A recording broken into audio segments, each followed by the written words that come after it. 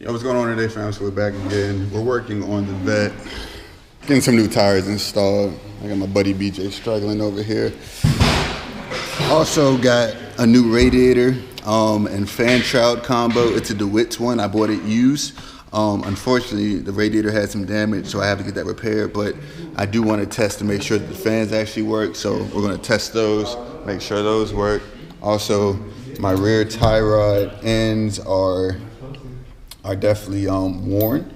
So I got these new ones right here. So we're gonna install these new ones, and then we'll still have to get alignment or whatever, but all good. I got this heat wrap that's gonna go around the boots, and just so they don't get cooked because they run right next to the rotor. I'll show you what I mean.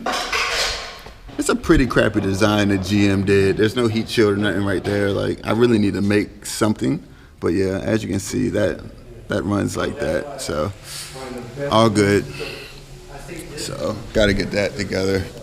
The left one is already worn, already has some play up in it. So gotta go ahead and replace that one. But that's too easy though. So yeah, that's where we're at today. We're getting new tires. Let me show y'all the old tires. Has some pretty good camber wear. You can already see wires on this.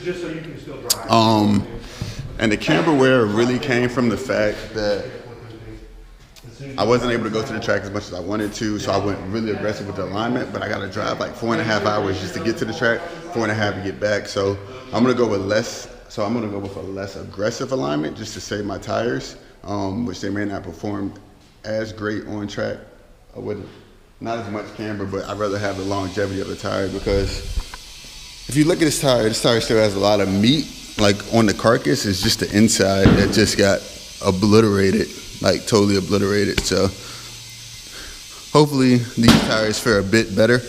And when I actually go to align it, I will go over like the specs I'm gonna go with. I'm thinking about negative 2.3 degrees camber in the front, probably like negative 1.9 in the rear, a little bit of toe out in the front, and a bit of toe in the rear. So check that out. But yeah, I'm gonna go ahead and test these fans right quick.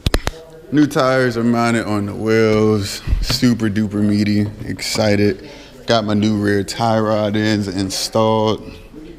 As you can see, I got like this heat shielding tape that I put around the boot area. So that should help a little bit with just protecting these from the heat of the rotor, because y'all see how close that is. Like, that's ridiculous. What was Chevy thinking? But, and just so you guys can see the old one, while I had to replace it, so underneath my heat tape, that boot had cracked, but the rubber got so brittle, it pretty much fell apart. You can see even now it's just coming apart. And this one, it was cracking also, so had to get rid of those. I actually bought some bare ones, some adjustable bump stop. So waiting on those to come up in the mail, but those are taking a minute. So I just wanted to get these ones installed just so I could get back to the track. So I tested the fans also.